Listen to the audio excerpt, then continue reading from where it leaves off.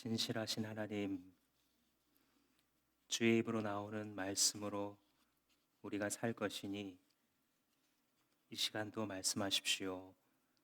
종들이 받아먹고 살겠습니다. 예수님 이름으로 기도합니다. 2014년 2월 러시아 소치 동계올림픽, 거기서 여자 스케이트, 피겨 스케이팅 여자 싱글 경기가 꽤 화제가 되었었습니다. 첫 번째로는 은퇴를 번복하고 빙상 위로 돌아온 김연아 선수였기 때문입니다. 두 번째는 김연아 선수가 쇼트 프로그램과 또 프리 스케이팅에서 소위 클린 연기를 했기 때문에 금메달을 따는 당상으로 보였습니다. 그때까지 유일한 경쟁자로 보여졌던 러시아의 한 선수가 중도에 탈락했기 때문에 이제 한 선수만을 남겨놓고 이 히메나 선수가 금메달을 따겠구나. 그런데 그 뒤에 나온 소트니코바 이 러시아 선수가 회전수도 부족하고 착지도 실수하고 롱 엣지도 해서 벌점을 받겠거니 했는데 오히려 가산점을 받고 금메달을 따는 사건이 벌어졌습니다. 그 후폭풍은 굉장히 거셌습니다. 대한민국 언론은 물론이고 미국과 프랑스, 호주에서 금메달을 강탈당했다라면서 심판 판정에 이의를 제기하는 소동이 한 차례 있었습니다. 거기 때 그 사건으로 왈가왈부하다가 국내에서는 마지막에 자주 섞인 목소리로 이런 말이 나왔습니다. 김연아의 유일한 약점은 국적이다. 당시만 해도 대한민국이 선진국이다 이런 말은 잘 안 할 때이기 때문에 아마도 미국 같은 강대국 선수였다라고 한다면 러시아가 저렇게 온 세계가 뻔히 보고 있는 앞에서 저렇게 판정을 편파적으로 할 수 있었겠느냐. 그러니까 김연아 선수가 대한민국 사람이어서 저렇게 말도 안 되게 밀린 거다라는 그런 어떤 안타까운 심정을 사람들이 말한 거였었겠죠. 근데 아이러니하게도 역설적으로 그래서 더 기억에 남는 것 같습니다. 김연아 선수가 얼마나 좋은 선수인지가 오히려 더 많은 사람들의 기억 속에 지금은 남고 있지 않나. 어마어마한 연습량, 타고난 재능도 있지만 다른 사람들이 따라올 수 없을 정도의 그 연습량을 가지고 최고의 경지를 이루기까지 성실하게 연습했었던 그 모습을 많은 사람들이 지금도 기억하고 있을 것입니다. 오늘 우리가 읽은 다니엘서 6장에 나타난 이 다니엘의 모습은 유일한 약점이 하나님인 사람입니다. 다른 것으로는 책을 잡을 수가 없고 굳이 이 사람을 넘어뜨리려고 약점을 파고들 수 있는 유일한 거는 이 사람이 하나님 믿는다는 거, 그거 한 가지였습니다. 그래서 이 다니엘이 그 약점, 세상에서 봤을 때 약점이라고 보여지는 이것을 가지고 사람 앞에, 위기 앞에, 그리고 하나님 앞에 어떻게 대응했는지 함께 살펴보겠습니다. 오늘 우리가 읽은 이 다니엘서 6장은 지난주에 우리가 읽었던 그 본문과 시간적 간격이 굉장히 큽니다. 다니엘이 처음에 느부갓네살 왕에게 바벨론으로 포로로 끌려갈 때는 주전 605년이었습니다. 그런데 오늘의 본문의 배경은 주전 538년이고 나라가 두 번 바뀌었습니다. 바벨로니아를 메데, 스펠링으로는 메디아 이렇게 이제 씁니다. 성경에 지금 메데라고 했는데 메데 제국이 무너뜨렸습니다. 바벨론도 굉장히 강했는데 메데도 강한 민족이죠. 메데가 무너뜨리고 대제국을 건설했는데 그 메데 제국의 마지막 왕이 후계자가 없었습니다. 그래서 딸을 페르시아 장군에게 주면서 이 페르시아 그 사이에서 태어난 키루스라고 하는 아들이 메데 페르시아 제국을 세우게 됩니다. 그리고 나중에는 메데가 떨어지고 페르시아라는 이름으로 우리에게 남아 있죠.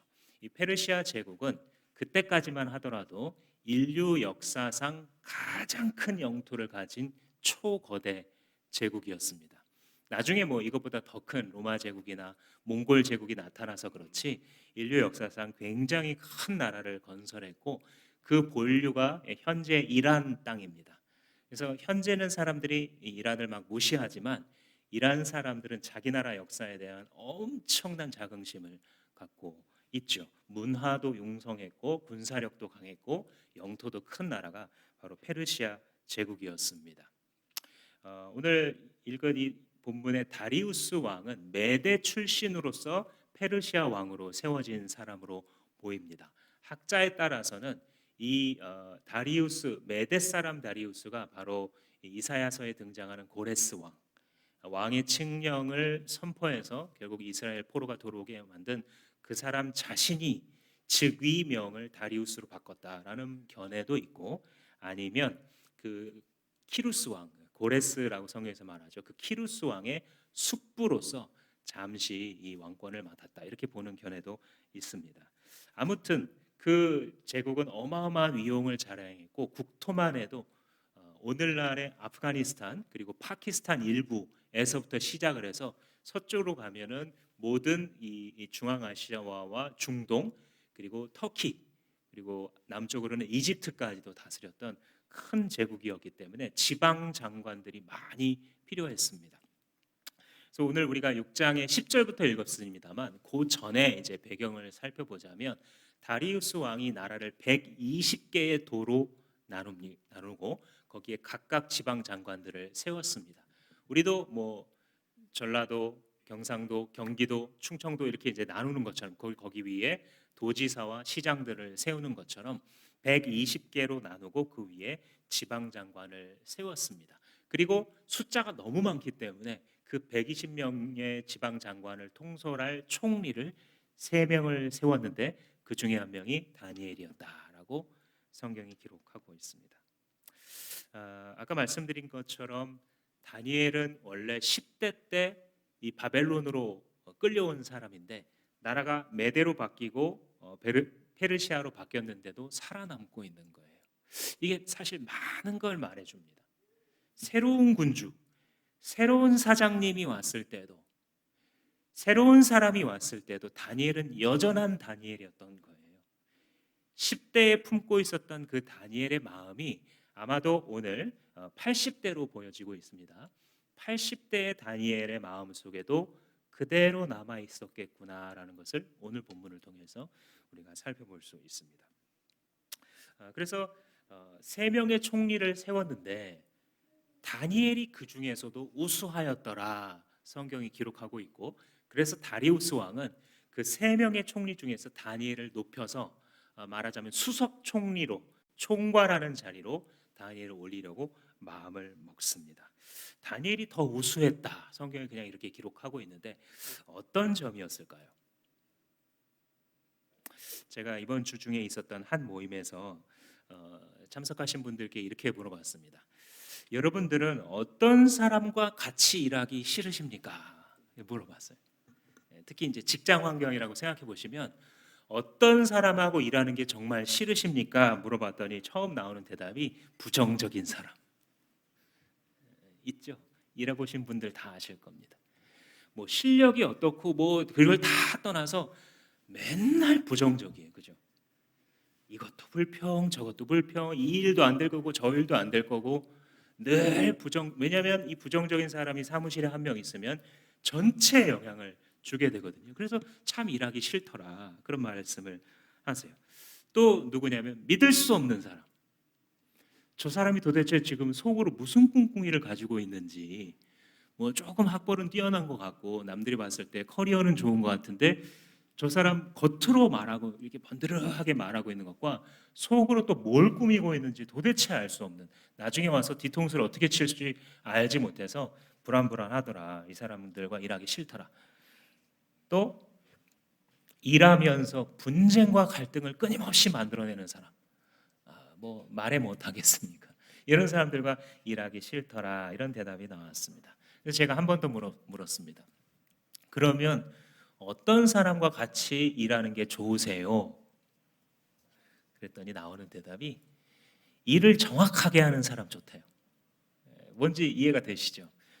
한번 일을 해서 이 사람이 줬는데 이 사람이 이랬으면 이제 대충 이렇게 살펴보고 그다음에 이제 일이 진행되면 되는데 정확하게 일을 안 해놓는 사람은 자기가 다 했대요 분명히. 근데 나한테 건너오면 틀린 거 투성이에요. 수치도 중요한 게 틀려 있고 막 문구도 중요한 게 빠져 있고 그래서 다시 해야 돼요 일을. 아니 처음부터 했으면 아예 그냥 쭉 흐름이 갈 텐데 틀린 걸 찾아내야 되는 마음이 얼마나 또 힘듭니까? 그러니까 두 배로 더 힘들게 일을 두 번, 세 번 하게 만드는 사람. 그런 사람 너무 싫은데 일을 정확하게 매듭 지어주는 사람 정말 좋더라. 또 어떤 사람이 좋았냐면 속이지 않는 사람. 투명해서 자기가 좋으면 좋고 싫으면 싫고 안 했으면 안 했고 했으면 했고 막 변명하면서 뭐 어땠고 이랬는데 결국은 안 한 거면서 어떻게든 둘러대고 그 상황 자체를 모면해 보려고 막 소리 지르고 이런 사람 그런 사람 싫었는데 그냥 정직하고 속이 투명한 사람 이런 사람과 같이 일하는 게 좋더라. 또 나온 게 책임감 있는 사람이 좋더라. 어떤 사람은 두 종류가 있는데 일을 한번 맡겨 놓으면 이런 일이 벌어지고 이런 변수가 떨어지고 갑자기 사람들이 이런 말을 해서 결국 못했습니다. 이게 반복되는 사람이 있는가 하면 이런 변수가 있었고 저런 어려움이 찾아왔고 사람들이 이렇게 방해를 했는데 어찌어찌해서 요만큼이라도 했습니다가 반복되는 사람이 있어요. 그죠? 한 사람은 늘 실패를 연습하고 실패가 실현되고 있지만 한 사람은 어려움과 역경이 있지만 거기서 열매를 거두어내는 작고 큰 성공을 계속 반복하는 패턴을 가지고 있는 사람이 있어요. 근데 그게 결국은 책임감이죠. 내가 시작한 일을 어떤 식으로든 매듭을 잘 지어보겠다라는 자세로 일하는 사람과 같이 일하면 일이 즐겁습니다. 사실 이렇게 팀이 구성이 되면 직장 나가는 게 일터에서 일하는 게 사실 힘들지 않죠. 몇 가지 대답들을 제가 예로 들었지만 아마 여러분들도 다 머릿속에 떠오르실 겁니다. 누구랑 일하기 싫고 어떤 사람이랑 일할 때 행복했는지.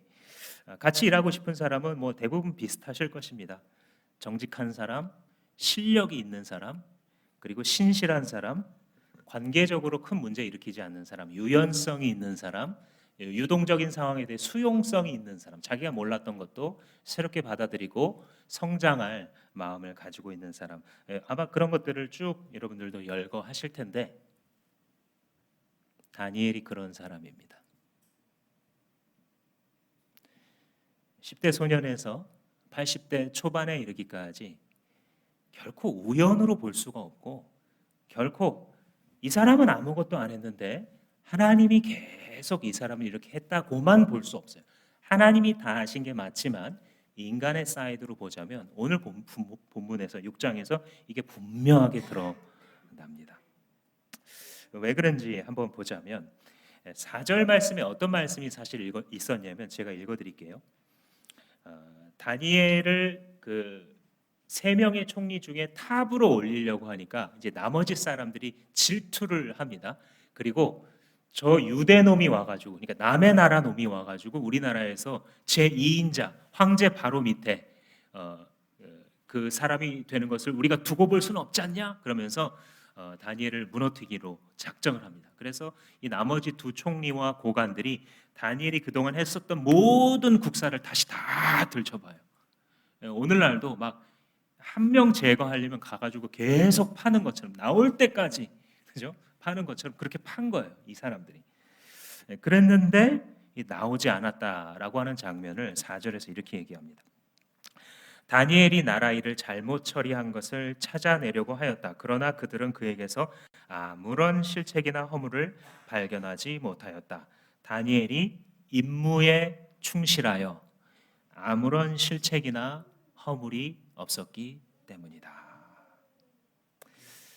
그러니까 그의 업무 태도를 알 수 있어요. 여기서 그의 work ethic, 직업 윤리를 알 수 있는 겁니다. 자신에게 맡겨진 일에 충실해서 작정하고 달려들어도 찾아내기가 어려웠던 거예요. 물론 왜 없었겠어요? 있을 수도 있죠. 그러나 하나님이 그 눈을 가리워 주시는 거죠. 다니엘이 하나님 앞에 신실하게 살았었던 그 결과를 적들이 증명해 주는 거예요. 재밌죠? 다니엘에게 호감을 품은 사람들이 아니에요. 다니엘에게 적의를 품은 사람들이 거꾸로 증명해줘요. 그의 신실함을. 그래서 5절 말씀 한번 들어보세요.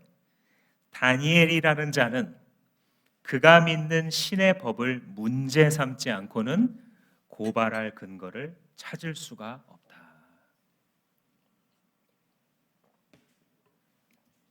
무슨 뜻입니까? 그가 믿는 신의 법, 그러니까 거기 뭐 율법을 따라서 하나님을 예배하는 법을 따라서 다니엘이 늘 살아가고 있잖아요. 그러니까 다니엘의 일하는 면으로 흠을 못 잡고 그가 신앙생활하는 데서 어떻게든 꼬투리를 잡아보는 게 우리의 유일한 희망이다, 이런 말을 하고 있는 겁니다. 그러니까 줄이면 하나님 믿는 신앙이 그의 유일한 약점이에요. 우리식으로 말해볼까요?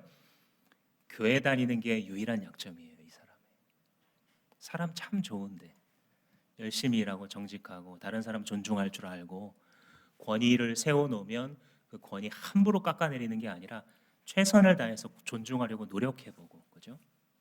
참 좋은 사람인데 자꾸 무슨 일을 벌어지면 뭐 감사하다느니 종교스러운 막 냄새 풍기고, 이게 얘 유일한 약점이야, 이렇게 보이는, 그게 다니엘입니다.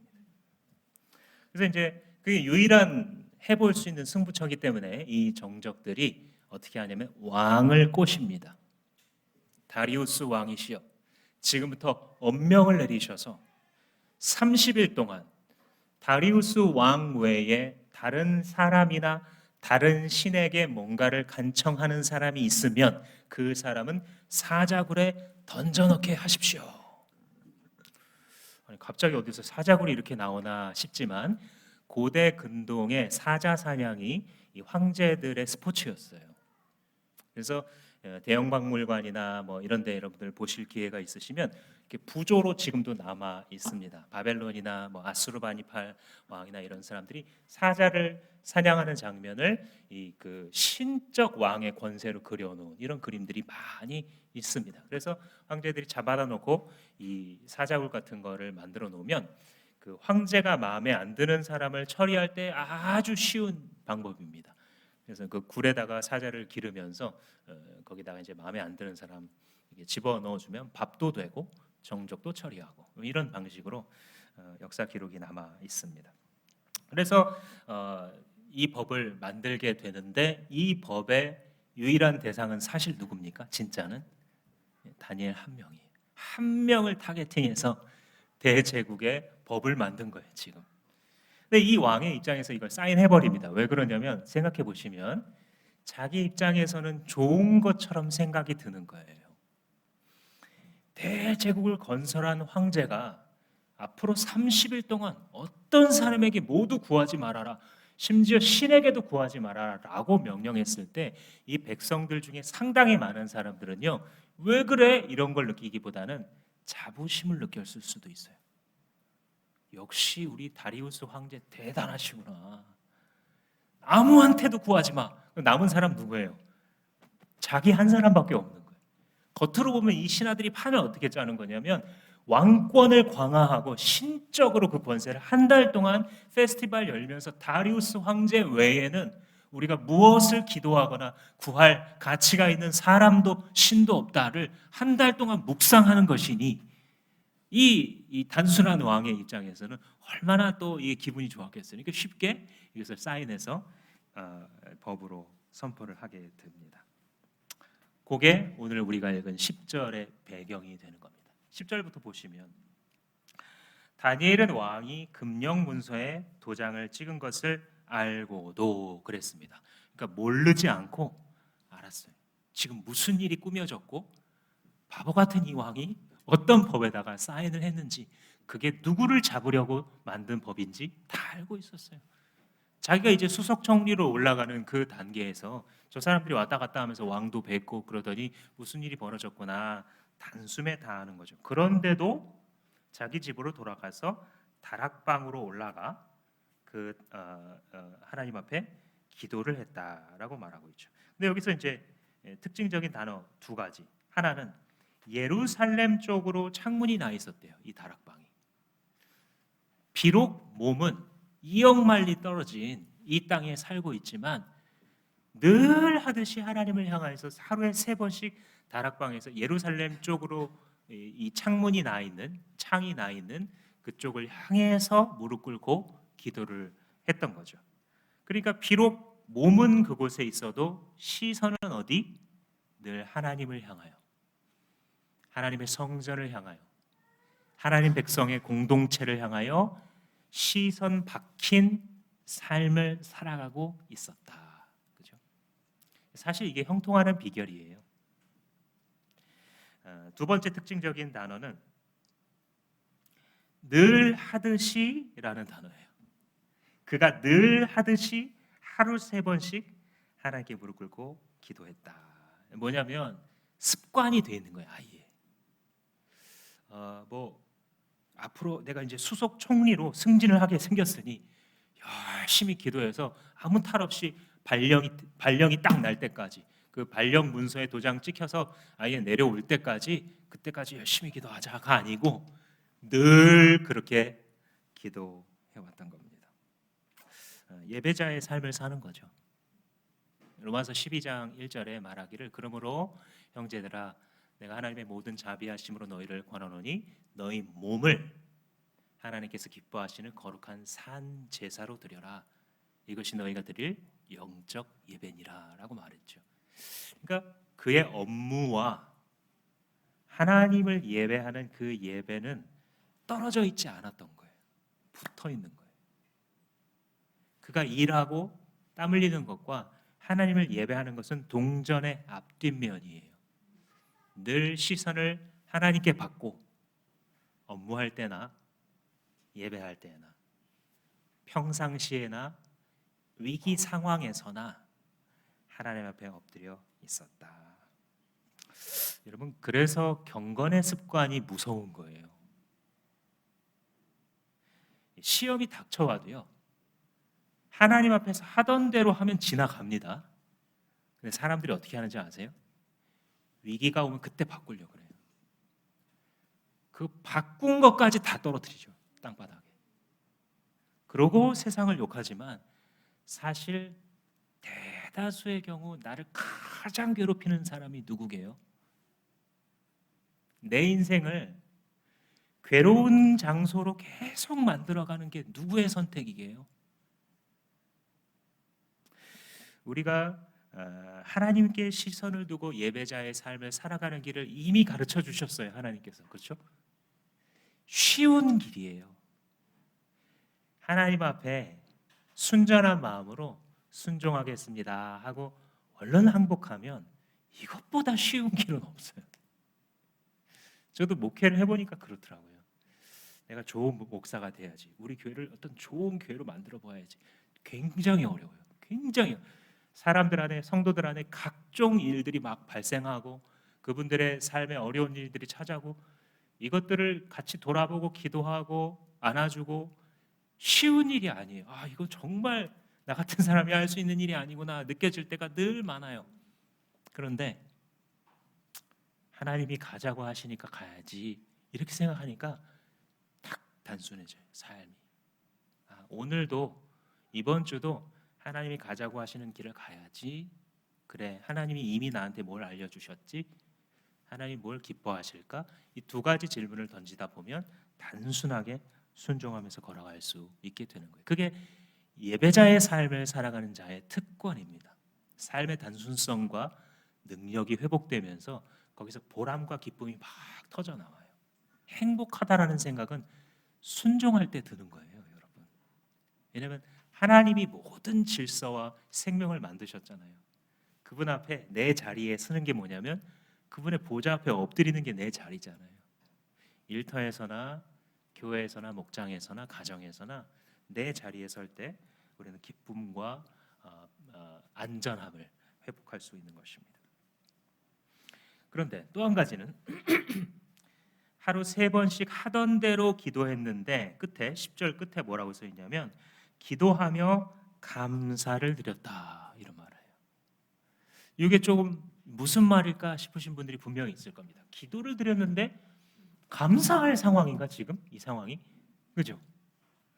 지금 사람들이 고발해가지고 내가 지금 겨우겨우 벌려놓은 사업장을 지금 막 다 지금 망하게 생겼는데, 큰일 나게 생겼는데, 재판 잘못 걸리게 생겼는데 감사할 일인가?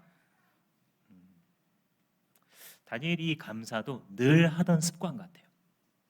우리가 그 목장 모임에서 그 표준 목장 순서 있잖아요. 그걸 꼭 따르세요, 여러분. 특히 목자님들은 이걸 좀 책임지셔야 됩니다. 그래서 배우신 대로 그 같이 오게 되면 사람들이 신발장에서 신발 벗을 때부터 예배가 시작되는 거예요. 목장이 예배가. 그때 그냥 앉아 있는 것이 아니라 현관문까지 나가서 어서 오세요 악수하고 안아주고 잘 왔다고 한박 웃음으로 여기서부터 예배가 시작되는 거예요. 우리가 서로 사랑하고 서로를 즐거워하고 서로를 귀하고 환영하게 여기는 거기서부터 예배가 시작되는 것이죠. 신발을 정리해주고 나갈 때 잘 나갈 수 있도록, 그죠? 이제 들어오게 되면 식구들이 같이 모이기를 기다렸다가 같이 기도하고 밥을 먹잖아요. 밥을 먹고 난 다음에 또 우리 보통 자매들이 음식을 준비하기 때문에 형제들이 설거지하라 뭐 이렇게 이제 보통 말을 하게 되죠. 그러니까 어떤 사람은 놀고 있고 어떤 사람은 그냥 일만 하고 이러지 말라는 겁니다. 같이 웬만하면. 다만 이제 목자님들은 그 자리를 딱 앉아서 누군가가 어떤 얘기를 꺼내야 될 상황이 있을 때 그 자리를 지켜서 얘기하는 게 필요할 수 있겠죠. 그리고 나서 이제 아이들과 함께 찬양을 하잖아요, 그렇죠? 함께 찬양을 막 부르고 아이들이 부를 수 있는 찬양도 하나 하고 어른들이 부를 수 있는 찬양하고 아이가 한 명 있더라도 됩니다. 아주 잘 됩니다. 그리고 올리브 블레싱을 하죠. 아이들의 감사 제목을 먼저 쭉 듣고 그다음에 아이들의 기도 제목을 듣고 나서 엄마 아빠 품으로 오너라 해서 머리에 손을 얹고 엄마 아빠가 같이 기도해주고 아이들끼리 성경 한 장 보거나 혹은 아이들끼리 목장 모임이 세워진 경우에는 또 그것을 할 수 있도록 보내주는 순서로 가죠. 그리고 이제 어른들이 나눌 때에도 이제 나눔을 시작하게 됩니다. 어른들의 나눔은 길기 때문에 아이들을 먼저 파송합니다. 그래서 주보의 목회 편지 꼭 읽으셔야 됩니다. 그 안에 우리가 한 방향으로 나가게 됩니다. 또 하나는 광고. 우리 교회가 이번 주일에 어디로 가고자 하는지 우리 목원들한테 해당되는 게 뭐가 있는지를 알기 위해서 한 사람이 그 역할을 맡아서 광고를 또 읽어주시는 게 아주 좋죠. 그리고 이제 나눔을 실제로 시작하게 될 때 뭐부터 나누나요, 여러분? 감사부터 나누죠. 그렇죠? 사실 감사 나눔이 우리의 부정적인 삶의 판을 뒤집는 거예요. 세상에서 살 때는요, 늘 부정적인 게 눈에 먼저 들어와요. 왜? 우리가 죄인이라서. 뭘 보면 알 수 있냐면요, 여러분, 가족들이 되게 당연해지기 시작하면 이 가족은 불행으로 가요. 아내가 하는 일이 되게 당연하잖아요. 그게 당연해. 사람들은 그 당연한 걸 땅속에 딱 묻어버리고요, 안 되는 것만 말하기 시작합니다. 그리고 그걸 또 생각해요. 우리 아내는 이게 너무 부족해. 이걸 너무 못해줘. 이 생각으로 늘 살아가는 거예요. 그가 늘상 평상시에 하고 있는 건 어디로 갔어요? 땅속에 다 묻고 우리의 생각과 말과 기분까지도 이 부정적인 걸로 지배하도록 놔두는 거예요. 남편이 열심히 늘 하고 있는 그것은 당연해. 왜요? 다른 남편들도 다 그렇게. 아니, 다른 남편은 더 잘해. 그러니까 땅속에 딱 묻어두고 우리 남편이 정말 이거 답답해요. 이거 정말 말 안 통해요.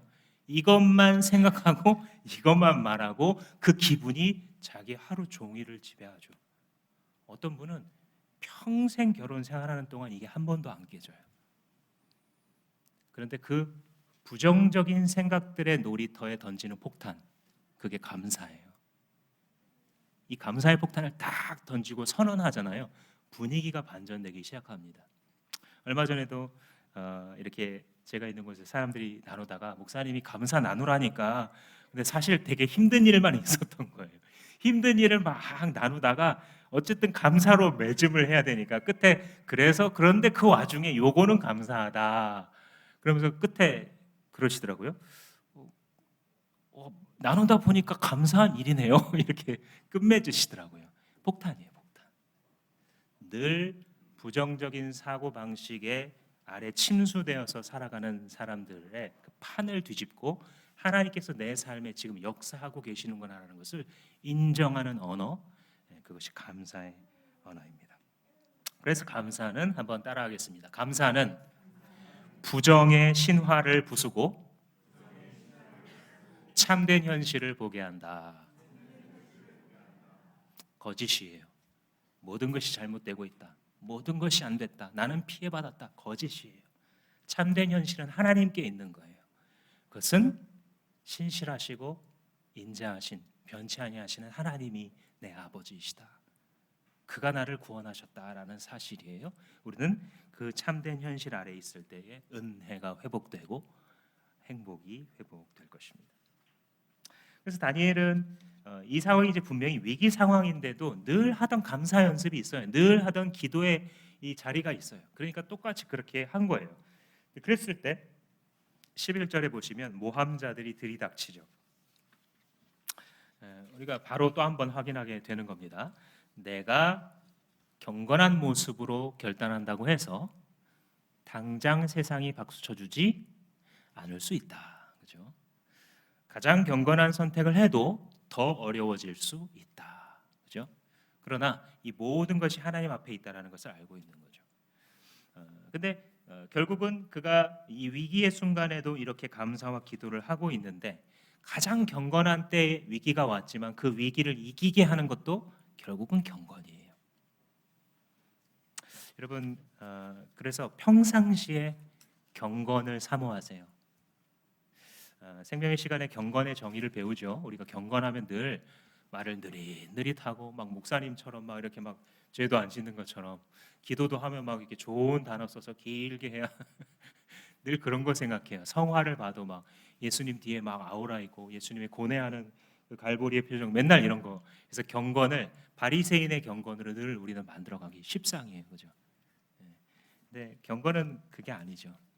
예수님이 보여주신 게 경건이잖아요, 그죠?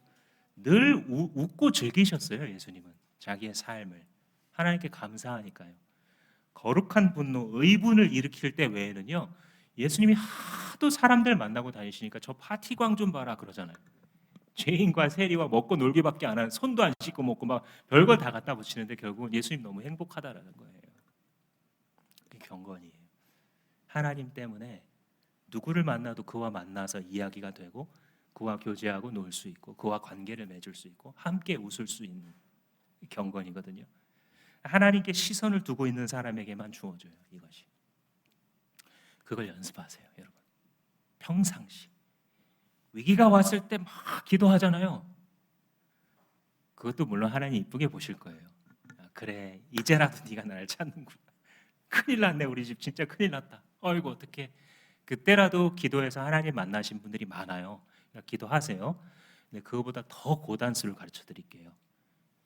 평상시에 경건을 사모하세요. 다시 뒤집어서 평상시에 예수님은 어떤 생각하셨을까? 예수님의 성품을 이렇게 자꾸 벤치마킹하세요. 내가 예수님 수준처럼 똑같이 되는 거는 언감생심일지 몰라도요, 자꾸 그분을 가까이 하면요 닮아갑니다. 금묵자흑이잖아요, 그죠? 시간이 남을 때, 에너지가 남을 때, 큰 일이 없고 그냥 지루하게 일상이 지나가는 같을 때, 그때 경건을 사모해 두십시오. 그럼 그 경건이 여러분들을 위기에서 건져 줄 것입니다. 이게 왜 그렇게 해야 되는 거냐면 악의 세력들이 굉장히 용이 주도해요. 12절 말씀 보시면 그들이 왕에게로 나아가서 다니엘을 고발하려고 왕에게 금령을 상기시켰다. 임금님, 어찌저찌해서 이런 사람은 사자굴에 던지겠다고 왕께서 도장 찍고 선포하셨지요? 리마인드 해주는 거예요, 친절하게.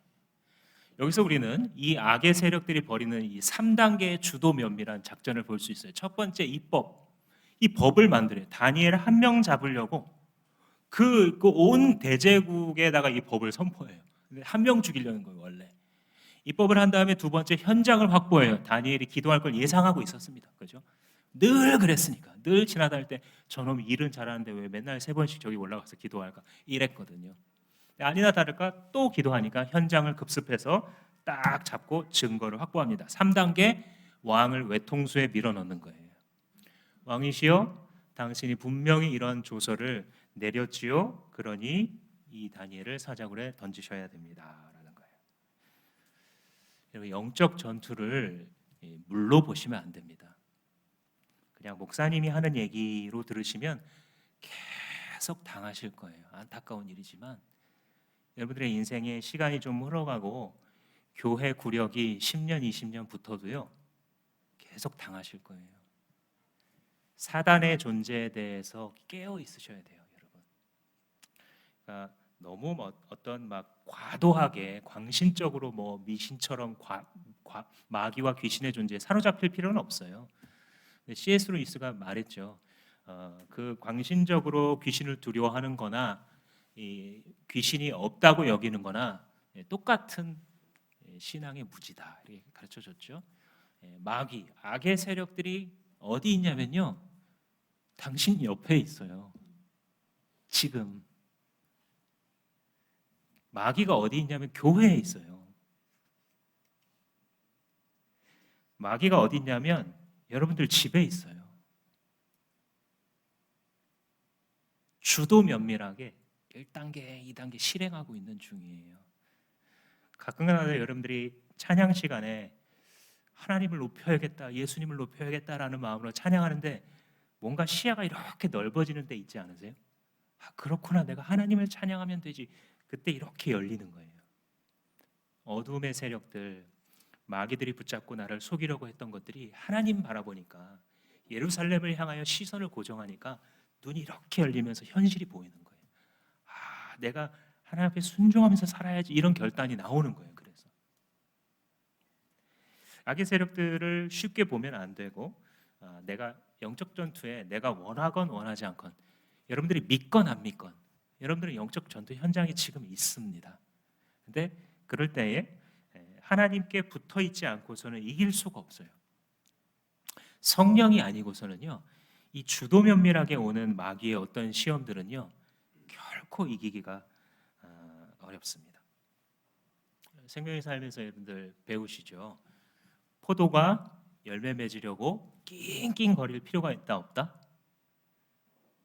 필요가 있다? 없다. 사실 그럴 수도 없다. 포도가 열매를 많이 맺으려고 막 노력하고 낑낑대고 막 그런다고 열매를, 이 파란 포도가 자주색으로 연그는 게 아니다. 그럼 뭐 하면 된다? 포도는 포도나무에 붙어 있으면 된다. 떨어지지만 않으면서 한다. 그죠? 그러니까 우리의 영적 싸움의 핵심 비결이에요, 이게.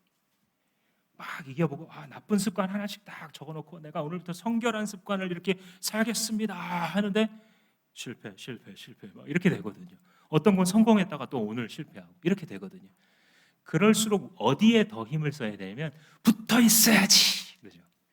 이거 하나로 이기는 거예요. 모든 죄를 다 점령하는 겁니다. 이걸 모든 마귀의 시험을 이걸로 다 이기는 거예요. 예수님께 붙어 있어야지. 예수님은 어떻게 생각할까? 지금 내가 기분 나빠 죽겠는데 예수님은 어떻게 생각하실까? 그죠? 내가 좌절스러워 앞이 보이지 않는데 예수님은 어떻게 생각하실까? 이거 하나로 이기는 겁니다. 그죠? 우리가 연말에 그 예어스 또 하잖아요. 예수님이라면 어떻게 쓰실까? 사실 우리의 그 다리우스 왕은요, 우리의 느부갓네살 왕은 돈이거든요. 현대인들은 원탑입니다. 돈이. 다 여기저기서 다 돈을 섬기고, 다른 말로 바꾸면 뭐 부동산 뭐 이렇게 되겠지만 아무튼 만몬이죠. 그것을 이기는 유일한 방법은 예수 그리스도께 무릎 꿇는 거예요. 그러면 돈이 나에게 무릎을 꿇게 되는 거죠. 예수 그리스도 앞에 무릎 꿇지 않으면 돈이 원래 내 발 아래에 있어야 되는데 내 머리 꼭대기로 올라가서 내 머리끄댕이를 잡고 내 인생을 이끌어 갑니다. 그래서 돈을 쫓아 사는 삶이 되는 거고, 그게 대다수의 현대인들이 살아가는 모습, 그리고 안타깝지만 많은 크리스찬이라 이름하는 자들이 살아가고 있는 모습이에요. 그래서 그걸 위해서 기도하고, 그걸 위해서 울기도 하고, 그것 때문에 걱정도 하고, 그것 때문에 나누고 사는 건데, 아예 구도가 바뀌어야 되는 것이죠. 뭐예요? 예수님께 붙어 있는 것. 주님께 항복하였습니다. 나는 아무것도 할 수 없습니다. 뭐 조금 할 수는 있겠지만 진짜 중요한 거는 나는 다 제대로 할 수 없는 사람이니 주님이 내 안에 살아계심을 나타내 보여주십시오. 붙어있는 그 경건의 추구가 필요한 것이죠. 13절 말씀해 보시면 그들이 왕에게 아뢰었다. 임금님, 유다에서 잡혀온 다니엘이 임금님을 무시하고 또 임금님의 도장이 찍힌 금령을 무시하여 하루에 3번씩 기도를 드리고 있습니다. 정말 집요하죠. 근데 이게 이제 인정해 주는 거예요. 하루에 3번씩 그가 계속 기도하는 중입니다. 원수들이 다시 한번 증명해 줘요.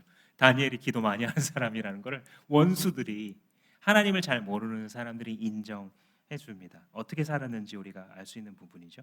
그러니까 여러분, 성공과 신실이 서로 모순 관계가 아니에요. 사람들이 이거 떼어놓고 예수님을 믿어보겠다는 많은 분들도 어떤 생각 갖고 있냐면요, 먼저 성공하자. 그래야 교회 와서 뭔가를 헌금할 수도 있고 이런 생각을 하는 것 같아요. 성공을 먼저 해놔야 나중에 하나님 앞에 신실할 수 있다. 이런 무의식적인 생각들을 많이 합니다. 그거 아닙니다. 성공과 신실은 하나예요. 다니엘이 이걸 잘 보여주는 거죠. 왜냐하면 성공이 누구로부터 오겠습니까? 그 성공이 지속되고 나의 영혼과 나의 가정과 나의 전 인생에 도움이 되는 성공이 누구로부터 오겠어요? 그죠? 뻔한 거죠. 하나님으로부터 오는 건데 그 성공과 신실이 어떻게 분리가 될 수 있겠습니까? 마귀가 거짓말하는 거거든요. 14절 보시면 왕이 괴로워해요. 이 고발을 듣고 이제서야 깨닫는 거예요. 이 바보 다리우스 왕이 자기가 그렇게 좋아하는 자기 진짜 총애하는 부하 다니엘 잡으려고 지금까지 1단계, 2단계, 3단계 온 거를 이제야 깨닫는 거예요. 그래서 몹시 괴로워했다. 그리고 다니엘을 구원할 수 있으면 구원하려고 마음을 쓰며 해가 질 때까지 온갖 노력을 다했다. 정말 총애받은 것을 알 수 있죠. 다니엘이 얼마나 신실하게 살아왔는지 알 수 있는 부분입니다. 근데 그때 15절에 그때 이 사람들이 왕에게 다가와서 말하였다. 임금님, 메대와 페르시아의 법은 임금님이 한 번 금령이나 법률을 세우시면 그것을 바꾸실 수 없다는 사실을 기억하시기 바랍니다. 이게 뭐 신하가 왕에게 하는 뭐 진언 같지만 사실은 위협이죠. 이 메대와 페르시아 법은 왕이 한 번 금령을 선포한 조서를 내면 그거를 취소 못하는 거 알고 계시지요? 그러니까 그 전 왕들이 그렇게 해왔다는 거예요. 고레스 왕이 조서를 내려서 유대인들을 다시 본국으로 돌아가게 해주잖아요. 그 조서를 못 바꿔요. 그죠? 여기서 약간의 힌트를 볼 수 있는 거죠. 이 페르시아 제국의 그동안의 관습이 왕이 한번 자기 입 밖으로 나온 것은 쉽게 취소하지 않는다. 그것이 결과 지어질 때까지. 아마도 논리는 그런 거겠죠. 한 번 왕의 입에서 나왔는데 그것을 이 손바닥 뒤집듯 하면 그 권위가 서겠냐. 아마도 이런 논리가 들어가 있는 거겠죠. 아무튼 다시 한번 쐐기를 박는 거예요. 이 마귀들이. 마귀가 우리를 그렇게 참소해요. 하나님께. 얘 보세요. 얘 진명이. 또 자기의 이 야망과 자기의 욕심과 자기의 정욕을 위해서 하고 있지 않습니까? 얘가 무슨 목회자입니까? 계속 상소하는 거예요. 여러분들이 넘어졌을 때 참소하는 이는 마귀라 그랬어요. 근데 변호사가 누구냐면 예수님이에요. 예수님이 뭐라 그러시냐면 맞습니다. 진명이는 죄인입니다. 그런데 그 죄 값을 내가 이미 치렀습니다. 라고 예수님 말씀해 주세요. 그죠? 그럼 재판장 되신 하나님께서 무죄 선언해 주시기 때문에 의인이라고 부르는 거예요. 감히 이 죄인이 예수님 안에서 나는 의인입니다. 예수 그리스도 안에 있는 생명의 성령의 법이 죄와 사망의 법에서 나를 해방했기 때문에 나에게 이제 결코 정죄함이 없습니다. 라고 하는 로마서 8장의 고백을 우리가 할 수 있는 이유는 바로 예수 그리스도 때문이죠. 그래서 이 원수들이 그를 넘어뜨리려고 계속 고소하는 것 속에 역으로 다니엘이 얼마나 신실했는지가 드러나고 또 왕이 다니엘을 이렇게 아까워하는 것을 보면서 또 그가 왕 앞에 신실했다는 것을 알 수 있습니다. 정리하자면 평상시에 다니엘은 그의 업무 태도 속에서 신실함을 드러냈어요. 그리고 위기가 왔을 때 그는 결연한 결심, 즉 지금까지 해왔던 것처럼 앞으로도 신실하게 하나님을 섬기겠다라는 결심, 평상시의 태도와 위기 시의 결심으로써 신실하게 하나님 앞에서 올라갈 때나 내려갈 때나 살았던 것이죠. 여러분, 가정을 다스리시는 분들, 내게 주어진 일이 작은 거일지 모르고 매우 평상시의 일처럼 보여지겠지만 신실함은 사실 거기에 자리하는 거예요. 아무도 뭐 볼 것도 없고 뭐 알릴 것도 없는 매우 지리해 보이는 그러한 일들, 그죠? 그냥 회사에서 이건 어떻게 하지? 저 사람이 이렇게 하라는데 이건 어떻게 하지? 해야 되는 그 매일의 갈등, 거기에 자리하는 거예요, 신실이라는 것은. 그 속에서 하나님 쳐다보고 또 일 쳐다보고 또 하루 세 번씩 하나님 쳐다보고 일 쳐다보고 가정 쳐다보고 이렇게 하면서 가는 그것이 기록될 때 다니엘의 기록처럼 하나님의 책에 우리의 삶이 기록되겠죠. 근데 핵심은 무엇이었냐면 다니엘은 어떻게 이렇게 평시에나 위기 시에나 신실할 수 있었겠는가? 그 비결은 신실하신 하나님을 다니엘이 경험했기 때문이에요.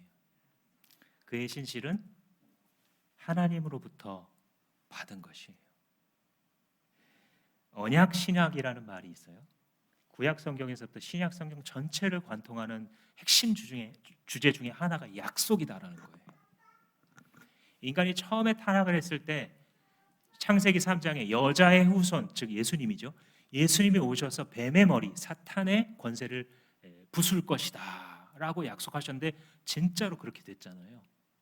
아브라함을 불러서 너는 믿음의 조상이 될지라, 너처럼 믿음으로 하나님을 인정하는 자가 너의 믿음을 통해 그 후손들이 복을 받게 될 것이다. 세계 열방이 복을 받게 될 것이다. 그 약속대로 되었죠. 그러니까 조선 땅에 살던 우리 선조들도 주의 복음을 받고 우리에게 신앙을 전수해 줬습니다. 다윗에게 약속하기를 다윗의 후손으로 말미암아 세워지는 그 나라는 영원하리라는 다윗 언약을 주셨죠. 그게 예수 그리스도가 이 땅에 내려오셔서 세우신 진짜 하나님 나라죠. 그리고 예레미야와 에스겔이 새 언약을 또 말했습니다. 율법을 이렇게 해놨더니 사람들이 알기는 아는데 지키지는 않더라. 사실 지키지는 못하더라.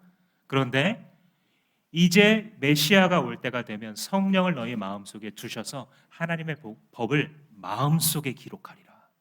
책이나 돌판에다 기록하는 것이 아니라 마음에 기록했기 때문에 남녀노소가 그 성령을 스승 삼아서 늘 우리의 마음속에, 우리의 양심 속에, 우리의 영적 갈급함 속에 하나님의 나라와 하나님의 영광을 향한 사모함으로 채우시는 그 성령을 따라가다 보면 하나님의 법이 이루어지게 만드는 그때가 올 것이다. 약속했고 약속하신 대로 오순절 성령이 이 땅 가운데 내려오셨죠. 예수를 믿는 우리들 가운데에 성령께서 우리를 세례 주시며 들어와 계시는 것이죠. 우리가 이 추수감사를 지키는 것도 마찬가지로 하나님의 신실하심입니다. 사계절이 있게 하시고 우리 땅을 기준으로 하자면 씨를 뿌릴 때가 있으면 거둘 때가 있고 거두었을 때에 성실하게 일하는 자들이 또 먹고 살아가게 하시고 또 우리가 성탄의 계절을 맞이하는데 이 땅에 내려오신 성자 예수 그리스도도 신실하게 자기의 소명을 따라 갈보리 언덕에 오르는 정점을 찍기까지 주님 앞에서 신실하게 살아가셨죠. 그러므로 다니엘 같은 하나님의 사람들은 그 신실함이 어디서부터 올 수 있냐면 자기가 가진 것에서 오기보다는 그분을 늘 바라보는 거. 하나님이 나한테 너무 좋으신 분이야. God is so good. 하나님은 너무 좋은 분이야. 하나님은 나한테 너무 신실하신 분이야. 이것을 알고 있었기 때문에 그의 삶에서 위기 시에나 평시에나 흘러나왔던 것입니다. 여러분, 우리가 이 세상을 살아갈 때 신실함이라는 것은 하나님을 바라보고 하나님이 무슨 일을 하고자 하시는지를 따라갈 때 우리에게 나타나는 성품이에요. 새로운 삶에서 그 말을 가르쳐 드리잖아요. 소명을 만날 때까지 인생이 시작된 게 아니라고. 소명을 만나기를 사모하면서 살아가셔야 된다는 걸 가르쳐 드리잖아요. 하나님께서 맡기신 그 소명 앞에 충성하는 그런 모습으로 하나님 앞에 살아가시기 바랍니다. 하나님이 이미 주셨어요, 여러분. 때로는 내가 못 깨달거나 아니면 땅속에 묻어두고 살고 있는 거예요. 당장 여러분 눈앞에 있는 목장에 충성하세요. 우리가 늘 말하고 있는 신약교회 같은 그런 교회를 우리가 세우겠다. 이게 예수님의 꿈이었기 때문에 그 능력과 사랑과 구제와 복음 전파가 흥왕했던 그 신약교회를 회복하는 게 우리 교회의 목적이다 라고 말하는 그 목적이 어찌 희생 없이 이루어지겠습니까? 그 목적이 어떻게 눈물 흘림이 없이 세워진다고 기대할 수 있겠습니까? 말씀의 은혜를 먼저 받은 사람들이 거기 그 자리에서 엎어져 울고 기도하며 때로는 희생하고 때로는 피 흘렸기 때문에 하나의 귀한 공동체가 만들어진 것은 신약 성경이나 초대 한국 기독교나 오늘날이나 똑같은 통용되는 원칙입니다. 또 한 가지는 여러분, 자녀들에게 신실함을 전수하는 걸 목표하세요. 다른 거 물려주려고 하지 마시고 신실함을 전수하고 가세요. 자꾸 우리가 어떻게 하기 쉽냐면 우리 자녀들에게 좋은 기회를 주려고 자꾸 노력해요. 우리가 그죠? 세상적으로 좋은 기회를 갖는 자리에 주게 하려고 용을 씁니다. 아주. 물론 부모가 애쓰는 게 잘못이다. 그건 아니에요. 근데 신앙을 가졌다라고 한다면 하나님의 사람이라고 한다면 세상 기회 못 준다고 한다라고 세상 기회 줄 수 있다고 자만하고 뭐 어떻게든 더 좋은 거 줘보려고 막 살짝 뭐 눈 감으면서까지 그렇게 할 필요가 없어요. 왜냐하면 여러분 그 세상의 기회라는 게 이 아이들의 생명과 행복을 보장하지 않잖아요. 아직도 못 깨달으세요? 성경과 뉴스에 매일 볼 수 있는 사실이에요. 세상의 기회를 많이 줘서 그 아이를 행복한 삶을 살게 만들 수 없습니다. 그 아이에게 생명이 흘러나오는 것은 하나님의 신실이 주어졌을 때예요. 엄마 아빠가 하나님 앞에 충성하는 모습 그거 하나 보여주고 가세요. 그거 전수하면 끝까지 갑니다. 그 아이가 좀 남들보다 뛰어나건 그냥 평범하건 상관없어요. 하나님 앞에 신실하게 살면 이렇게 되는 거예요. 다니엘은 하나님께서 달란트도 많이 주신 게 분명해요. 그러니까 이 위에서 놀고 있잖아요. 근데 신실하잖아요. 근데 달란트 많이 받았다고 어디 신실합니까? 더 많이 타락하는 사람들 많이 보잖아요, 우리는. 그죠? 많이 받았을수록, 성공할수록. 그런데 하나님께서 많이 주신 다니엘이 그렇게 하나님 앞에 신실했다면 평범한 우리는 혹은 우리의 자녀들이 평범하다면 주신 만큼의 위치에서 신실하면 그게 멋있는 거예요. 그렇죠? 중소기업이든 대기업이든 서울 강남에 살건 저 변두리에 살건 하나님께서 주신 삶의 자리에서 어떤 것이 충성스러운 모습인가를 보여주십시오. 그걸로 행복해 하세요. 그걸로 감사하세요. 하나님 앞에. 그러면 자녀들은 그걸 똑같이 할 줄 알게 됩니다. 어떤 삶의 자리에 갖다 놔도 감사할 줄 알고 신실할 줄 알고 엄마 아빠가 목장의 신실한 모습을 보면 처음에는 궁금증을 가졌다가 나중에 이게 이렇게 삶을 나누면서 모든 역경과 고난을 이기고 하나님을 찬양하는 정말 귀중한 공동체이구나. 이거 한번 맛보면 아이들이 주님을 목적으로 예수의 공동체를 목적으로 살아가게 되어 있는 것입니다. 여러분 우리 자녀를 이렇게 키워봅시다. 유일한 약점이 하나님인 사람으로. 세상적인 말입니다. 참 신실하고 사람들 존중할 줄 알고 사랑하지만 자꾸 교회 간다 그러고 자꾸 우리 목장 와보라 그러고 우리 교회 한번 초청주일 와보라 그러고 자꾸 그런 얘기를 하는 것만 빼면 얘는 참 좋은 친구인데 라는 말을 듣는 우리가 되고 또 우리 자녀가 되었으면 좋겠습니다. 이 시간 한번 기도할 때에 오늘도 마찬가지로 여러분들 펜을 꺼내셔서 여러분들이 자주 보시는 수첩이나 큐티책에 요 말씀 하나님 나한테 주신 거구나. 많이도 말고 딱 한 문장만 써 놓으십시오. 혹은 휴대폰에다가 이렇게 딱 적어 놓으시고 여러분 월요일, 화요일 아침마다 꺼내 보십시오. 그 말씀에 비추어 살아가려고 노력하시고 목장 모임 할 때 거기에 비추어 살아간 삶을 나누십시오. 여러분들의 목장 모임이 업그레이드 될 것입니다. 이 시간 잠시 너무 고민하지 마시고 바로 쓰시고 그걸 놓고 함께 기도하시겠습니다.